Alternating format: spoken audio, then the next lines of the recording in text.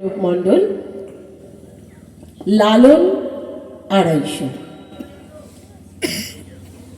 বারংবার ফিরে ফিরে যাই মানবতাবাদী দার্শনিক মরমী কবি অমর সঙ্গীতকার সমাজ সংস্কারক বিদ্রোহী আধ্যাত্মিক চেতনার প্রচারক বিশ্ব বাউল মহাত্মা লালন ফকিরের কাছে।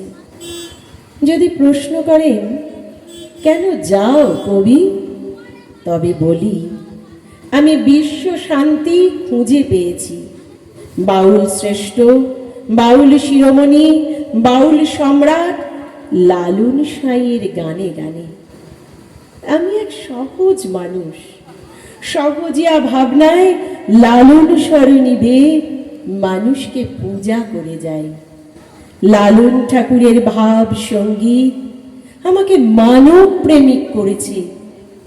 লালন শাহের 250তম জন্মবর্ষ 2024 দুই বাংলায় লালন স্মরণ উৎসব আমাদের অনুপ্রাণিত করে লালন গীতি। আমরা মিশে যাই ভাব তরঙ্গে।